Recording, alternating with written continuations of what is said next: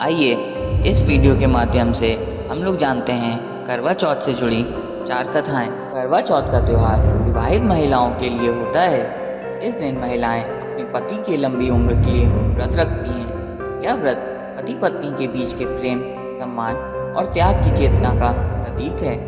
यह व्रत दाम्पत्य जीवन में खुशियां लेकर आता है। मान्यता है कि सबसे पहले यह व्रत देवी पार्वती ने भोलेनाथ के लिए किया था। इस व्रत से उन्हें अखंड सौभाग्य की प्राप्ति हुई थी। इसलिए सुहागिनें अपने पतियों की लंबी उम्र की कामना के लिए यह व्रत रखती हैं और देवी पार्वती और भगवान शिव की पूजा करती हैं। आधुनिक काल में करवा चौथ को पति दिवस का भी नाम दिया गया है तथा उस रूप में भी उसे मनाया जाता है। प्रथम कथा। बहुत समय पहले की बात है।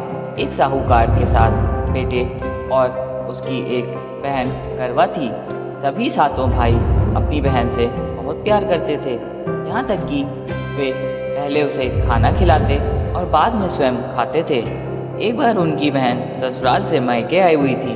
शाम को भाई जब अपना व्यवसाय बंद कर घर आया तो देखा उनकी बहन बहुत व्याकुल थी। सभी भाई खाना खाने बैठे और अपनी बहन से भी खाने का आग्रह करने लगे, लेकिन बहन ने बताया कि आज उसका करवा चौथ का निर्जल व्रत है और वह खाना सिर्फ चंद्रमा को देखकर उसे अर्घ्य देकर ही खा सकती है। चूँकि चंद्रमा अभी तक नहीं निकला है, इसलिए वह भूख प्यास से व्याकुल हो उठी है।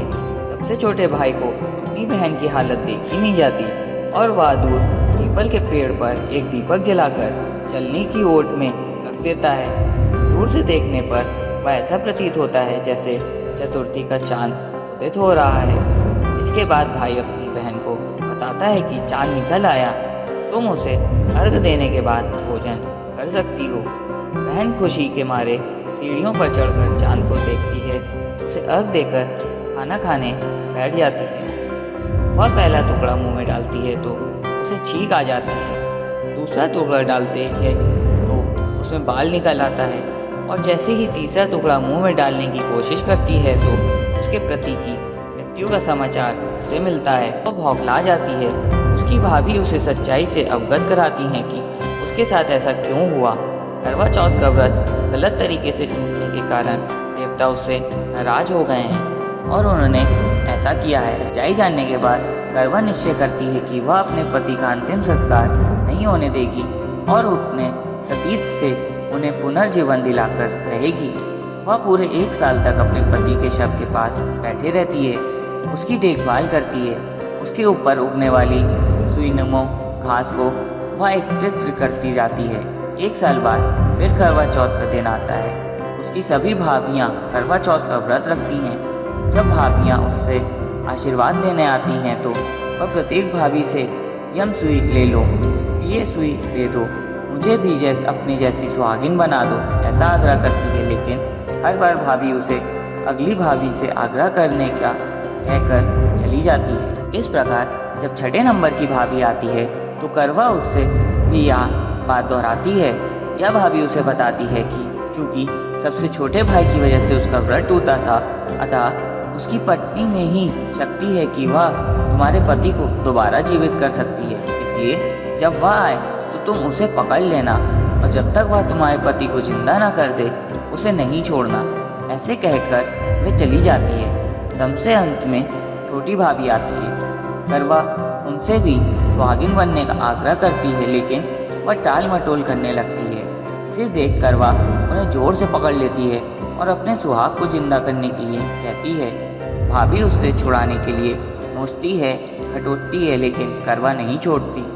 अंत में उसकी तपस्या को देख भाभी पसीज जाती हैं और अपनी छोटी उंगली को चीरकर उसमें से अमृत उसके पति के मुंह में डाल देती है।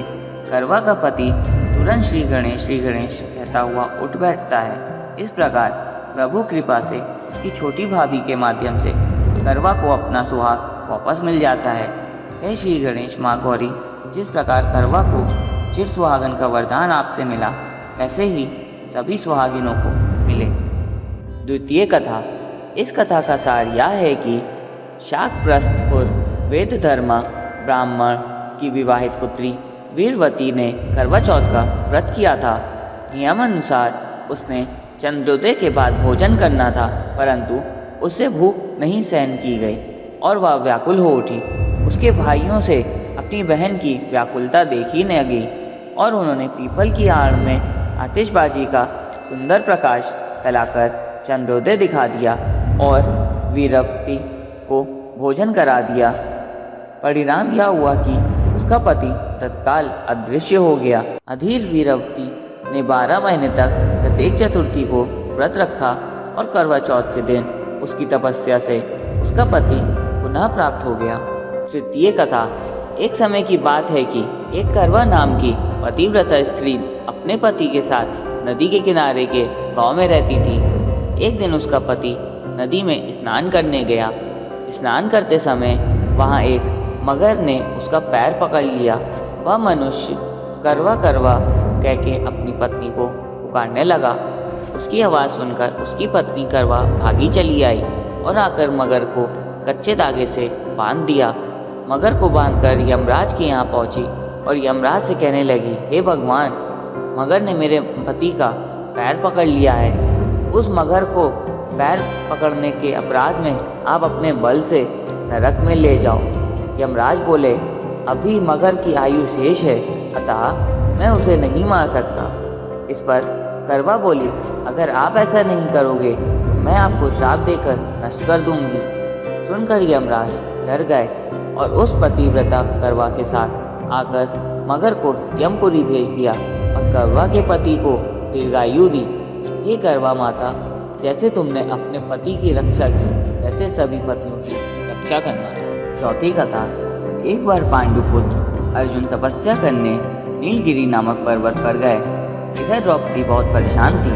उनकी कोई खबर न मिलने पर उन्होंने कृष्ण भगवान को ध्यान किया और अपनी चिंता व्यक्त की।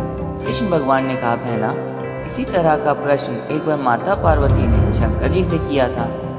पूजन कर चंद्रमा को अर्घ्य देकर फिर भोजन ग्रहण किया जाता है।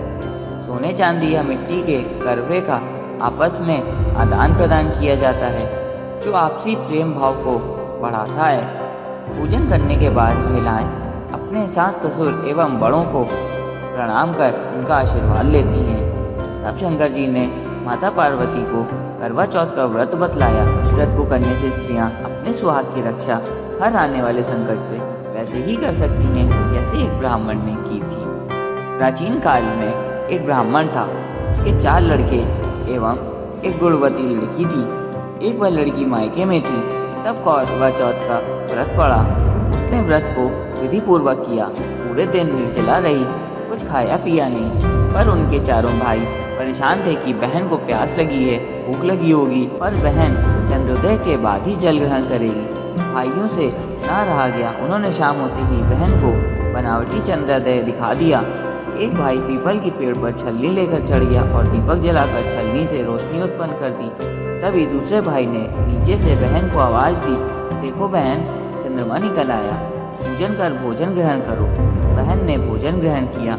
भोजन ग्रहण करते ही उसके पति की मृत्यु हो गई। अब वह दुखी हो विलाप करने लगी।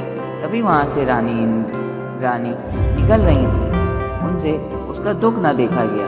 ब्राह्मण कन्या ने उनके पैर पकड़ लिए और अपने दुख का कारण पूछा। तब इंद्राणी ने बताया, तूने बिना चंद्र दर्शन किए करवा चौथ का व्रत तोड़ दिया, इसलिए यह कष्ट मिला। अब तू वर्ष भर चौथ का व्रत नियम पूर्वक करना तो तेरा पति जीवित हो जाएगा। उसने इंद्राणी के कहे अनुसार चौथ व्रत किया तो पुनः सौभाग्यवती हो गई। इसलिए प्रत्येक स्त्री को अपने पति की दीर्घायु के लिए यह व्रत करना चाहिए। द्रौपदी ने यह व्रत किया और अर्जुन सकुशल मनोवांछित फल प्राप्त कर वापस लौट आए।